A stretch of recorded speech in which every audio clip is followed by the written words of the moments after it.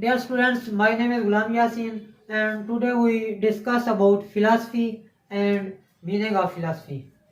Philosophy क्या है और हम इसके जो है मीनिंग उसको भी डिस्कस करेंगे. What is philosophy?